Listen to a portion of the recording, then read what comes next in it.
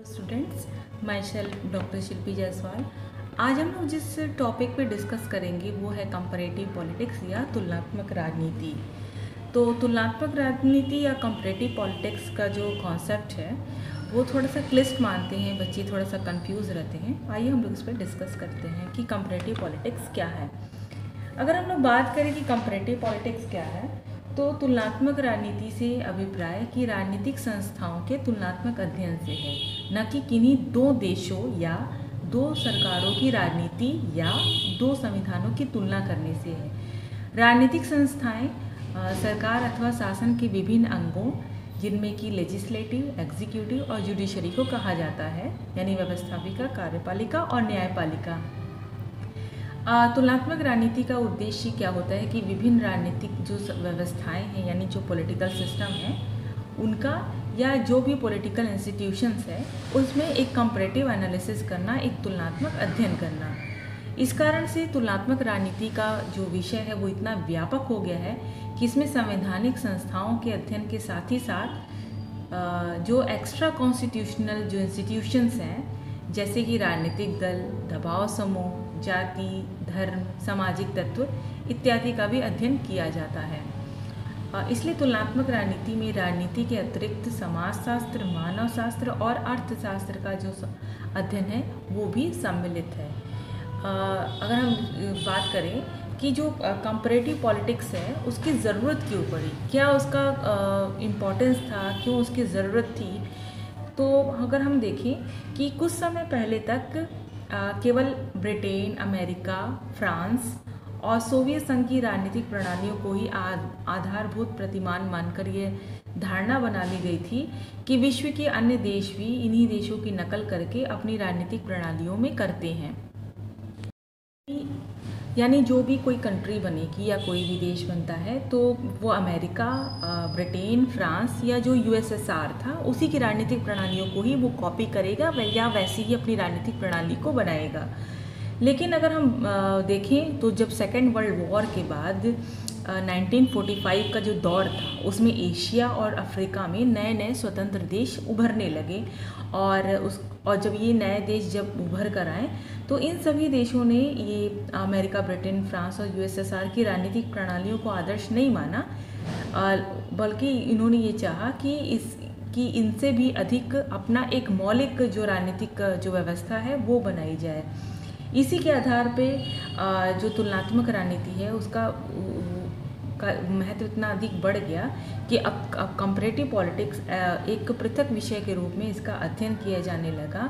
यानी कि अब तुलनात्मक राजनीति में विश्व की जो विभिन्न देशों की सरकार हैं उनका गठन कैसे होता है, उनकी पॉलिसीज़ क्या हैं, वो कैसे इम्प्लीमेंट करते हैं, वो सारी चीज़ों का जो इम्पोर्टेंस है या सारी चीज़ों का जो अध्ययन है वो कंपैरेटिव पॉलिटिक्स के अंतर्गत किया जाता है।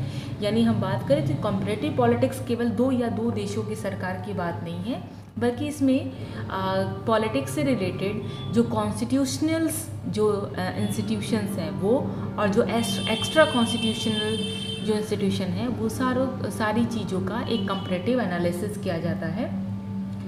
जो कि सिडनी वर्मा ने ये कहा है कि अगर हम देखा जाए तो कंपैरेटिव पॉलिटिक्स के अंतर्गत राजनीतिक प्रक्रिया और राजनीतिक कार्यों के अंतर्गत न केवल पश्चिमी यूरोपीय देशों का अध्ययन होता है, बल्कि एशिया, अफ्रीका और लैटिन अमेरिका के नए राष्ट्रों की भी स्थिति देखी जाती है और यही वर्तमान में तुलनात्मक राजनीति का एक विषय क्षेत्र है।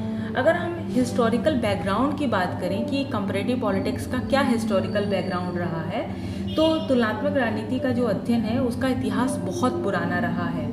तुलनात्मक जो राजनीति के जो सिद्धांत हैं, हालांकि उसका विकास कुछ समय पहले हुआ है, यानी सेकेंड वर्ल्ड वॉर के बाद, लेकिन इसकी जो जड़ें हैं, इसकी जो हिस्ट्री है, इसकी जो हिस्टोरिकल जो रूट है वो काफ़ी पुराना है।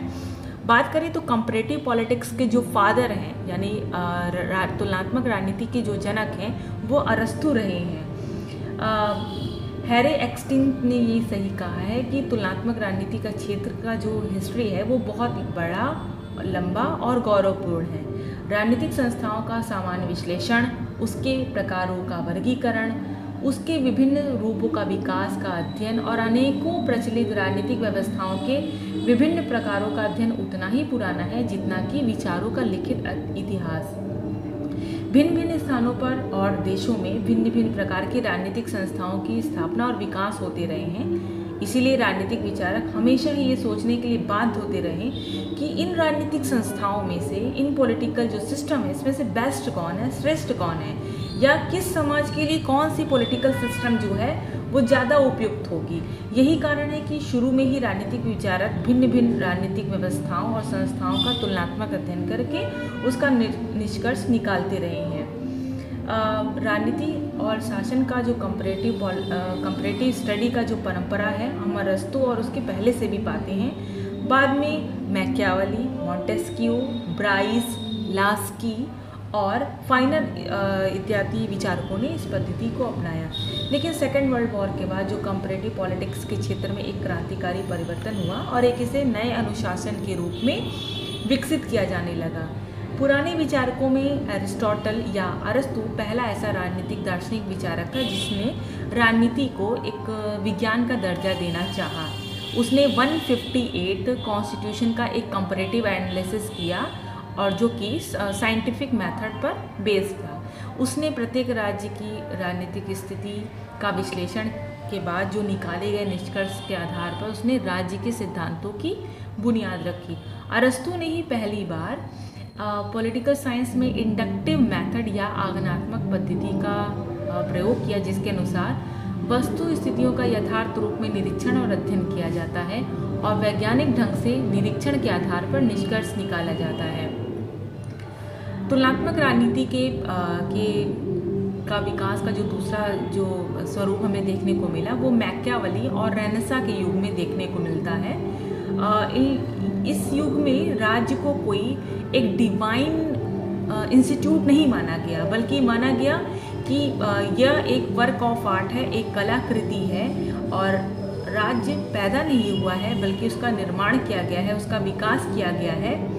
और मॉन्टेस्क्यू और जो इतिहासवादी युग के बाद अगर हम देखें तो ये निष्कर्ष निकलता है कि मॉन्टेस्क्यू ने अनुभूति मूलक दृष्टिकोण को और निरीक्षण पर आधारित वैज्ञानिक ऐतिहासिक पद्धति को अपनाया और राजनीतिक प्रश्नों की व्याख्या वास्तविक परिस्थितियों को ध्यान में रखते हुए कहा।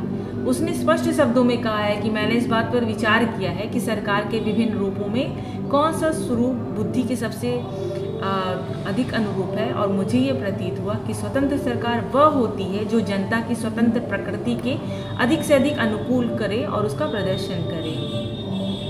मॉन्टेस्क्यू और उसके बाद के अगर युग में अगर देखें तो राजनीति के अध्ययन में इतिहास का काफ़ी प्रभाव रहा है और विवेक और प्रजातंत्र के आधार पर विश्वास करने वाले बहुत सारे ऐसे इतिहासवादी विचारक रहे जिनमें कि कांट, हीगल, काम्टे और कार्ल मार्क्स जैसे इतिहासकार सम्मिलित रहे हैं, जिन्होंने उन समस्याओं पर भी ध्यान दिया जो कि राजनीति और आर्थिक विकास, राजनीति और शिक्षा, सामाजिक संस्कृति और राजनीति के बीच संबंध जैसी समस्याओं से संबंधित है। इसके पश्चात जो है अगर आधुनिक युग में देखें तो जो कि सेकेंड वर्ल्ड वॉर के बाद जो तुलनात्मक राजनीति के क्षेत्र में एक सही दिशा में विकास हुआ, पहले काफ़ी धीमी गति से था, फिर तेज़ी से नई नई प्रवृत्तियाँ उभर कर सामने आने लगी, जिनमें कि Henry Maine, Edward James, Seeley, Rousseau इत्यादि की रचनाएं काफ़ी प्रमुख थी। और उसके बाद पिछले 2 दशकों से अगर हम देखें तो राजनीति के क्षेत्र में तुलनात्मक अध्ययन का विकास बहुत तेज़ी से हुआ है। ईस्टर्न और आमंड, कार्ल डायच, कोलमैन इत्यादि ने सिस्टम थ्योरी दी, जिसके कारण तुलनात्मक विश्लेषण को एक नई दिशा मिली। व्यवस्था का सिद्धांत बहुत महत्वपूर्ण और उपयोगी सिद्ध हुआ। इस सिद्धांत के द्वारा राज्य और जो स्टेट और नॉन स्टेट सभी प्रकार की सामाजिक व्यवस्थाओं की तुलना समय में हुई। बहुत सारे विद्वानों ने अपनी अपनी विशेष शब्दावलियों का प्रयोग किया, जैसे input, output, feedback, cybernetics, communication इत्यादि। तुलनात्मक राजनीति के क्षेत्र में नई नई शोध पद्धति, शोध तकनीकों इत्यादि का विकास तेजी से हुआ और तुलनात्मक राजनीति के क्षेत्र में कई शोध के लिए कई नई पद्धतियों का भी प्रयोग किया गया। और अगर हाल ही में अगर हम देखें तो डेल, एप्टर, रोस्टो, लूसियन पाई, सिडनी वर्बा, मायरन विनर इत्यादि का जो योगदान है वो काफ़ी महत्वपूर्ण है। उन्होंने न केवल पश्चिमी देशों का ही अध्ययन किया बल्कि जो नए जो राष्ट्र थे जो कि सेकेंड वर्ल्ड वॉर के बाद जो उत्पन्न हुए, जो जिनको कि हम थर्ड वर्ल्ड कंट्री में रखते हैं, उनका भी अध्ययन पर विशेष महत्व दिया। तुलनात्मक राजनीति के क्षेत्र में बहुत सारी चीज़ों का, नई नई प्रवृत्तियों का आगमन हुआ, जिसे हम कह सकते हैं कि तुलनात्मक राजनीति का क्षेत्र में न केवल वेस्टर्न कंट्री का बल्कि जो थर्ड वर्ल्ड कंट्री हैं, जो नॉन वेस्टर्न सिस्टम है, उसका भी अध्ययन किया जाने लगा। और तुलनात्मक राजनीति के अंतर्गत व्यवहारवादी जो दृष्टिकोण है, व्यवहारवाद है, उसका भी एक अध्ययन किया जाने लगा। यानी कुल मिलाकर हम देखें तो तुलनात्मक राजनीति का जो वर्तमान जो क्षेत्र है राजनीति विज्ञान के अंतर्गत, इसे बहुत ही अधिक प्रतिष्ठा और गौरव मिला है। आधुनिक राजनीति शास्त्र के अंतर्गत इसका एक इम्पॉर्टेंट पार्ट है, एक इसका अंग है, और इसकी जानकारी के अभाव में पॉलिटिकल साइंस का जो ज्ञान है वो अधूरा माना जाने लगा है।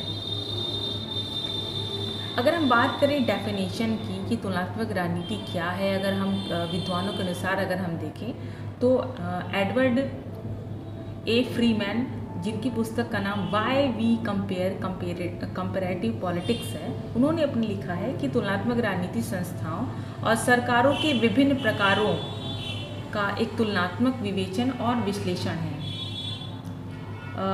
यानी कि comparative politics is a comparative analysis of various form of government and diverse political institutions.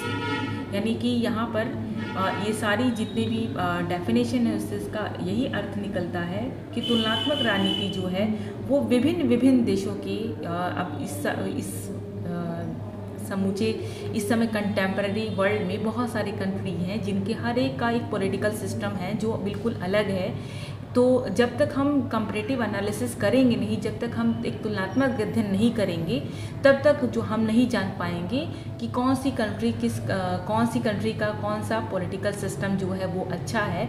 और अगर हम इंडिया की बात करें तो अगर हम कॉन्स्टिट्यूट असेंबली में जाएं, जब हम संवैधानिक सभा में जाते हैं और हम संविधान बनाने की बात कर रहे थे, तो वहाँ पर भी एक कंपैरेटिव एनालिसिस करने के बाद ही ये देखा गया कि कौन से कॉन्स्टिट्यूशन में कौन सी ऐसी इम्पॉर्टेंट क्वालिटीज़ है जो हम अपने कॉन्स्टिट्यूशन में लाएं।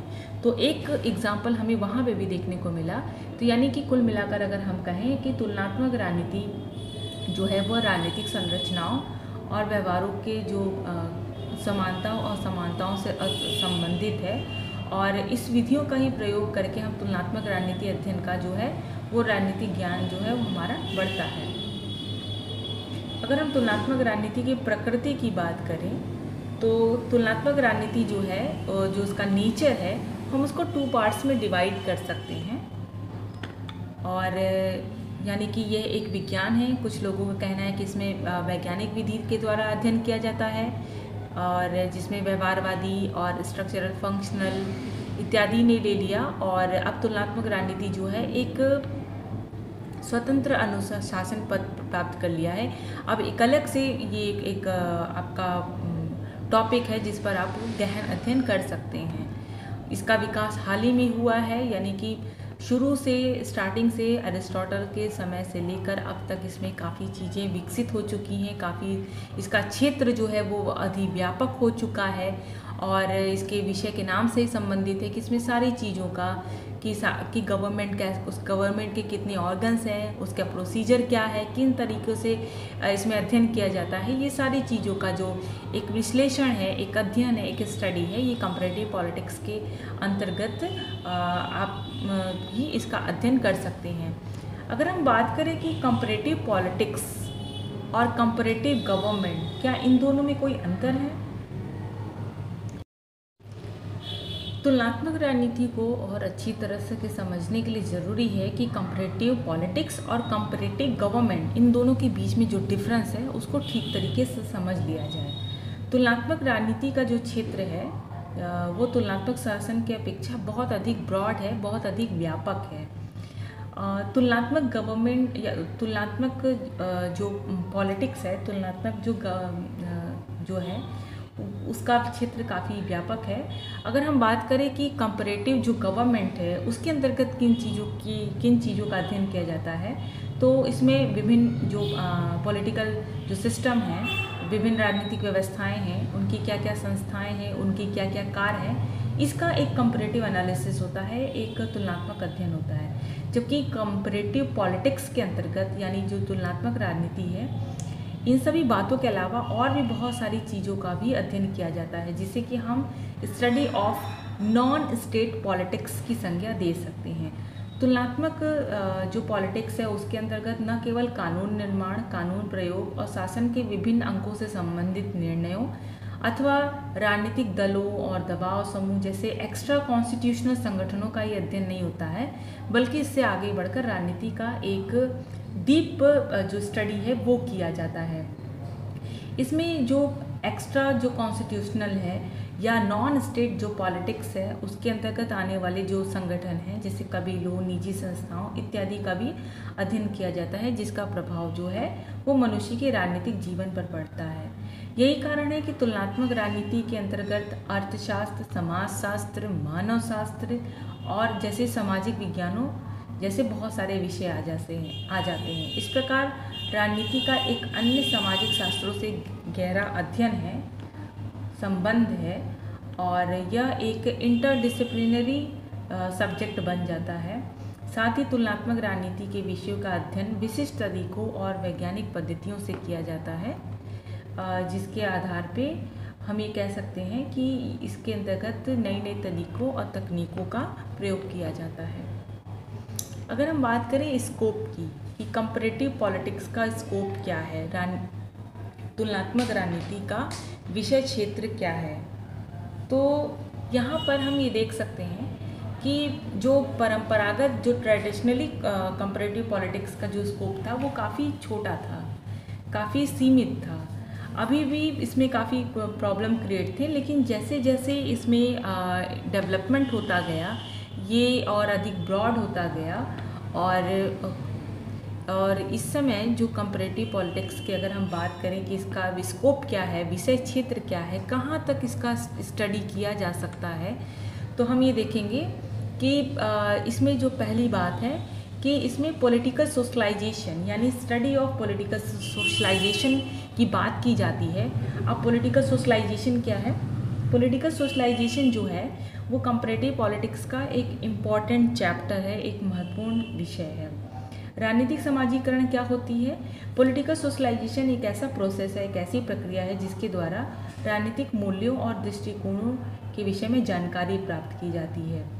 राजनीतिक समाजीकरण एक ऐसा या पॉलिटिकल सोशलाइजेशन एक ऐसी प्रक्रिया है जो लॉन्ग टर्म चलती है। ये प्रत्येक व्यक्ति के जीवन में होता है और जब से उसके बचपन से ही से स्टार्ट होती है और उसकी मृत्यु तक चलती रहती है। जब बच्चा छोटा होता है तो उसके वो एक पॉलिटिकल जो एनवायरनमेंट होता है उसके घर में ही होता है, वो अपने घर में ही अपनी फैमिली से ही सीखता है कि कौन सी पॉलिटिकल पार्टी है, किसका क्या लोगो है, कांग्रेस का क्या चुनाव चिन्ह है, बीजेपी का क्या है। तो यानी ये छोटे बचपन से ही वो सारी चीज़ों को सीखने लगता है। इसके बाद जब वो थोड़ा बड़ा होने लगता है तो स्कूल कॉलेज में सारी चीज़ें सीखता है। यानी कि जो पॉलिटिकल जो सोशलाइजेशन है वो कंपैरेटिव पॉलिटिक्स में का एक इम्पॉर्टेंट पार्ट है और इसको इसलिए इसमें शामिल किया गया है क्योंकि राजनीतिक समाजीकरण से ही जो है किसी राजनीतिक प्रणाली की जो सफलता या असफलता उस पर डिपेंड करती है। क्योंकि अगर राजनीतिक समाजीकरण क्या है कि एक व्यक्ति का हर एक व्यक्ति के जीवन का एक इम्पॉर्टेंट फैक्टर है, उसका जीवन का एक बहुत महत्वपूर्ण पहलू है। अगर किसी भी व्यक्ति के अंतर्गत अगर राजनीतिक समाजीकरण नहीं होगा तो यहाँ पर जाहिर सी बात है कि लोकतंत्र है वो फेल हो जाएगी, क्योंकि पॉलिटिकल सोशलाइजेशन जो है वो व्यक्ति के अंतर्गत एक इंटरेस्ट पैदा करती है कि वो पॉलिटिकल सिस्टम के बारे में जाने और उसमें अपना कंट्रीब्यूशन दे राइट टू वोट के थ्रू। तो यानी कि ये जो राजनीतिक समाजीकरण की जो प्रक्रिया है वो काफ़ी महत्वपूर्ण है कि लोकतंत्र के लिए, और किसी भी राजनीतिक प्रणाली की सफलता और असफलता इस पर निर्भर करती है कि उस देश में राजनीतिक समाजीकरण की जो प्रक्रिया है तीव्र है अथवा धीमी है। अगर हम बात करें नेक्स्ट तो स्टडी ऑफ पॉलिटिकल कल्चर या राजनीतिक संस्कृति का अध्ययन। राजनीतिक संस्कृति क्या है कि उस राजनीतिक व्यवस्था के लोगों का जो दृष्टिकोण है, उनकी विश्वास, उनकी भावनाओं और उनके मूल्यों से है। अगर हम बात करें इंडिया की या किसी भी डेमोक्रेटिक कंट्री की, तो वहाँ पर पार्टिसिपेटरी पॉलिटिकल कल्चर होता है, यानी हर एक व्यक्ति के अंदर वो संस्कृति होती है कि वह जो है राजनीतिक प्रतिभाग करे। तो यानी कि प्रत्येक लोकतांत्रिक देश के लिए ये ज़रूरी है कि वहाँ के लोग जो हैं उनके अंतर्गत राजनीतिक संस्कृति का अधिक से अधिक उद्भव हो, अधिक से अधिक उसमें मेजॉरिटी हो। और राजनीतिक संस्कृति जो है वो इस बात पर स्पष्ट करती है कि लोग राजनीतिक व्यवस्था को कितना महत्व देते हैं। क्या वह राजनीतिक व्यवस्था को चेंज करने के लिए अपने जो मत है उसको महत्व देते हैं कि नहीं, उसका प्रयोग करते हैं कि नहीं। तो वास्तव में किसी भी राजनीतिक व्यवस्था की असफलता और असफलता पॉलिटिकल कल्चर पर ही डिपेंड करती है। यही कारण है कि कंपैरेटिव पॉलिटिक्स के अंतर्गत पॉलिटिकल कल्चर को भी इंक्लूड किया गया है। इसके बाद है कि विभिन्न राज्यों का जो संस्थागत विवरण, एक institutional details of several state.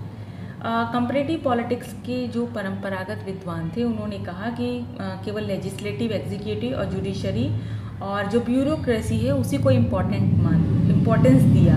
लेकिन अगर हम आज की बात करें कि कंपैरेटिव पॉलिटिक्स में कार्य पद्धति और व्यवहारिक पक्ष, इन दोनों को भी महत्व दिया जा रहा है, और जो पॉलिटिकल जो डिटेल्स हैं उसको भी काफ़ी महत्व दिया जा रहा है। साधारणतः ये माना जाता है कि अंतिम निर्णय लेने की जो संसद की शक्ति है वो दिन प्रतिदिन कम होती जा रही है, और ये शक्ति वास्तव में कार्यपालिका के हाथ में आ गई है। तो अगर हम इंडिया की भी बात करें, जो अगर आपने पढ़ा है जुडिशियल एक्टिविज़म, या अगर हम बात करें तो कि अब जो है कि जो संस्थागत जो व्यापक जो विवरण जिसका हम एक पुराने तरीके से अध्ययन करते थे, अब वो सारी चीज़ें जो चेंज हो गई हैं। अब हम न केवल उसके एक इंस्टीट्यूशनल एस्पेक्ट पर बल्कि उसका जो व्यवहारिक पक्ष क्या है उसका पर भी एक अध्ययन किया जाने लगा है। बात करें कि जो पॉलिटिकल नेक्स्ट है राजनीतिक विशिष्टजन और राजनीतिक हिंसा और राजनीतिक भ्रष्टाचार, यानी जो पॉलिटिकल एलिट्स हैं, पॉलिटिकल वायलेंस है, पॉलिटिकल करप्शन। तुलनात्मक राजनीति के जो विद्वान हैं वो इस पर अध्ययन करते हैं कि जो व्यक्ति राज सत्ता का प्रयोग करते हैं, जो गवर्नमेंट में होते हैं, वो किस ग्रुप से आते हैं, किस वर्ग से आते हैं और उनकी सत्ता का क्या आधार है। तो प्रत्येक राज्य में शासन की जो शक्ति है वो कुछ पर्टिकुलर, कुछ विशिष्ट लोगों या एलिट क्लास के ही हाथों में रहती है। तो जिन देशों में स्वस्थ दलीय प्रणाली है वहाँ के शासकों का जो भर्ती का मुख्य स्रोत होता है पॉलिटिकल पार्टीज होती है। तो जो आर्थिक असमानता है वो राजनीतिक शासकों की भर्ती का जो ढंग है वो राजनीतिक हिंसा और राजनीतिक भ्रष्टाचार के आधार पर भी होता है। यानी कि जिन देशों में समाज के किन्हीं विशेष वर्गों को राजनीतिक सत्ता से वंचित रखा जाता है, वहाँ ये वर्ग हिंसक साधनों से सत्ता हथियाने का प्रयास करते हैं। कई बार ऐसा होता है कि राजनीतिक अस्थिरता हो जाती है, जिसके बाद जो है वो जो मिलिट्री है वो पॉलिटिक्स में इंटरफेयर करने लगते हैं। यहाँ पर पॉलिटिक्स के इंटरफेयर करने का महत्वपूर्ण कारण ये भी है कि जिन कंट्रीज़ में जो सरकार है उनको प्रतिष्ठा प्राप्त नहीं होती है, जिनको डिग्निटी नहीं मिलती है, वहाँ पर थोड़ा तोड़फोड़ स्टार्ट हो जाता है और सेना इसे कभी सहन नहीं कर पाती, क्योंकि इससे जो देश के बाहरी शत्रु हैं उनको खतरा बढ़ जाता है। तो इसीलिए यानी कि कंपैरेटिव पॉलिटिक्स में ये सारी चीज़ों का इस समय जो म्यांमार में जो चला, आपने देखा होगा कि किस तरीके से सेना और जो गवर्नमेंट है उनके बीच में एक कंट्राडिक्शन आपको देखने को मिला। तो यानी कि हर एक पॉलिटिकल सिस्टम में क्या है, क्या चीज़ें नहीं हैं, ये सारी चीज़ों का जो स्टडीज़ है वो हम एक कंपैरेटिव पॉलिटिक्स के अंतर्गत हम कर सकते हैं। नेक्स्ट है राजनीतिक दल और हित समूह। तो यहाँ यानी कि पॉलिटिकल पार्टीज और इंटरेस्ट ग्रुप। आधुनिक युग जाहिर सी बात है लोकतंत्र का युग है। प्रत्येक कंट्री जो है वो डेमोक्रेटिक कंट्री है, डेमोक्रेसी को अपनाना चाहती है, और डेमोक्रेसी में बिना पॉलिटिकल पार्टी के डेमोक्रेसी सर्वाइव नहीं कर पाता है, क्योंकि सभी देशों में एक पॉलिटिकल पार्टी होती है। अमेरिका, ब्रिटेन, ऑस्ट्रेलिया, यहाँ पे सभी में 2 पार्टी सिस्टम है, जबकि फ्रांस, इटली, भारत यहाँ पर जो है वो मल्टी पार्टी सिस्टम है। चीन में, क्यूबा, उत्तरी कोरिया, वियतनाम में वन पार्टी सिस्टम है, यानी कि वहाँ पर केवल एक ही राजनीतिक दल होती है। तो कंपैरेटिव पॉलिटिक्स का जब हम स्टडी करते हैं तब हम ये देखते हैं कि पॉलिटिकल पार्टी जो है उसका स्कोप क्या है, किन कंट्री में टू पार्टी सिस्टम है, कौन सी कंट्री में मल्टी पार्टी सिस्टम है, कहाँ पर वन पार्टी सिस्टम है, और उसके क्या क्या मेरिट हैं, क्या क्या डीमेरिट हैं, और किस आधार पर हम इंडिया में मल्टी पार्टी सिस्टम को अपनाया गया। तो ये सारी चीज़ों का जो एक एनालिसिस है, जो कंक्लूज़न है, जो हम विश्लेषण करते हैं, वो कंपैरेटिव पॉलिटिक्स के अंतर्गत ही करते हैं। तो जो तुलनात्मक राजनीति का जो स्टूडेंट है वो विभिन्न राजनीतिक दलों का क्या क्या संगठन है, क्या क्या उसके प्रोग्राम हैं, ये सारी चीज़ों का वो अध्ययन करता है। इसके साथ ही वो जो इंटरेस्ट ग्रुप है उसको भी वो इम्पोर्टेंस देता है, उसका भी स्टडी करता है। हित समूह दलों और सरकार की नीतियों को निर्धारित करने में अपनी महत्वपूर्ण भूमिका निभाते हैं, जैसे कि मजदूर संघ, रेलवे यूनियन और व्यापारियों के संघ इत्यादि, ये सभी दबाव समूह के ग्रुप के श्रेणी में आते हैं। अमेरिका, ब्रिटेन, फ्रांस इत्यादि जो डेमोक्रेटिक कंट्री है, यहाँ पर जो प्रेशर ग्रुप है वो काफ़ी प्रभावित करते हैं गवर्नमेंट के डिसीज़न को, जबकि चीन इत्यादि जो कम्युनिस्ट कंट्री है वहाँ पर इनका महत्व बहुत अधिक कम है। विकासशील समाजों का अध्ययन, यानी कि स्टडी ऑफ डेवलपिंग सोसाइटी। तुलनात्मक राजनीति के अंतर्गत न केवल एक विकसित देशों का जो कि डेवलप कंट्री है, बल्कि डेवलपिंग कंट्री का भी एक स्टडी किया जाता है, और इन दोनों के स्टडी के आधार पर ही हम कह सकते हैं कि कहाँ पर क्या कमी है। और अगर मान लीजिए अगर हम इंडिया की बात करें, इंडिया के जितने भी जो भी सारे सिस्टम है उसको अगर हम जब तक कंपैरेटिव एनालिसिस नहीं करेंगे तब तक हमको कैसे पता चल पाएगा कि दूसरी कंट्री से हम कहाँ पीछे हैं और कहाँ हमको अपने आप को आगे ले जाना है। तो कंपैरेटिव जो स्टडी है उसके आधार पर हम अपनी कमियों को भी दूर कर सकते हैं। तो अगर हम फर्स्ट वर्ल्ड, सेकंड वर्ल्ड और जो इंडिया है वो थर्ड वर्ल्ड कंट्री में आता है, तो जब तक हम अपने आप को एक कंपैरेटिव एनालिसिस के थ्रू कंपैरेटिव स्टडी के थ्रू एनालिसिस नहीं कर लेंगे खुद का, तब तक हम अपनी कमियों को नहीं जान पाएंगे और उसको दूर करने का भी प्रयास नहीं कर पाएंगे। तो यानी कंपैरेटिव पॉलिटिक्स के अंतर्गत जो डेवलपिंग सोसाइटी है उसका भी स्टडी किया जाता है। पॉलिटिकल पार्टिसिपेशन या राजनीतिक सहभागिता। राजनीतिक सहभागिता क्या है कि जितने भी सिटीजन हैं, जितने भी नागरिक हैं वो पॉलिटिकल पार्टिसिपेट करें, और जो डेमोक्रेसी है उसमें पॉलिटिकल पार्टिसिपेशन का बहुत अधिक इम्पोर्टेंस है। अगर नागरिक जो है वो राजनीतिक गतिविधियों में अगर भाग नहीं लेंगे तो डेमोक्रेसी जो है वो बहुत अधिक पिछड़ जाएगी। तो जो डेमोक्रेटिक कंट्री है वहाँ पर नागरिक जो है वो अधिक से अधिक राजनीतिक गतिविधियों में भाग लेते हैं, लेकिन जहाँ पर सर्वसत्तावादी जो राजनीतिक व्यवस्था है वहाँ पर नागरिकों को इतनी फ्रीडम नहीं मिलती है कि वो पॉलिटिकल पार्टिसिपेशन में पार्टिसिपेट कर सके या राजनीतिक अपनी सहभागिता को दिखा सके या उनको अवसर मिल सके। तो वास्तव में अगर हम कहें कि किसी भी राजनीतिक व्यवस्था का औचित्य किस पर कसौटी क्या है, तो वह है राजनीतिक सहभागिता या राजनीतिक प्रतिभाग। तो तुलनात्मक राजनीति के अंतर्गत जो पॉलिटिकल पार्टिसिपेशन है उसका भी काफ़ी अधिक इम्पोर्टेंस है। मैंने एक वीडियो बनाया है पॉलिटिकल पार्टिसिपेशन पे, अगर आप चाहें तो उसे डीपली अगर आपको नॉलेज चाहिए तो आप वो उस वीडियो को देख सकते हैं। बात करें नेक्स्ट की, तो balance of power between competing state, यानी प्रतियोगी राज्यों के बीच एक शक्ति संतुलन की बात। तो तुलनात्मक राजनीति में जो वॉर, पीस और जो बैलेंस ऑफ पावर है उस पर भी काफ़ी विचार किया जाता है कि विभिन्न किस तरीके से जो है कि बैलेंस ऑफ पावर को बनाया जाए। इस समय जो कंटेम्प्रेरी वर्ल्ड है, जाहिर सी बात है कि शांति और युद्ध और ये सारी चीज़ें जो हैं वो काफ़ी कॉमन है। तो हर जो कंट्री है वो ये चाहता है कि दूसरे पड़ोसी देशों के साथ शांति की व्यवस्था बनी रहे। तो इसके लिए ज़रूरी है कि हम एक बैलेंस ऑफ पावर या शक्ति संतुलन बनाए रखें।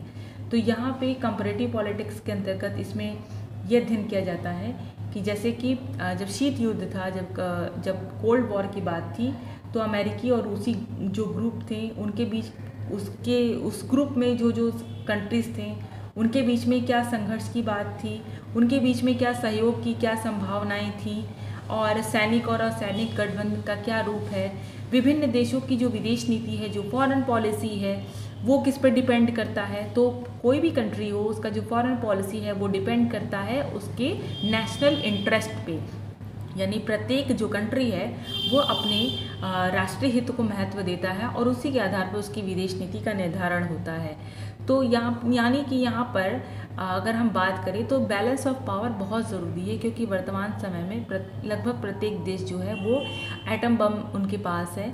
और अगर इस तरीके की चीज़ें होगी, अगर हाल ही में आपने देखा इजराइल और फ़िलिस्तीन के बीच में जो प्रॉब्लम क्रिएट हुई, तो अगर इस तरीके की चीज़ें अगर हर वर्ल्ड के हर कंट्री में अगर बीच में होता है तो ये जो सभ्यता है वो बहुत पीछे चली जाएगी।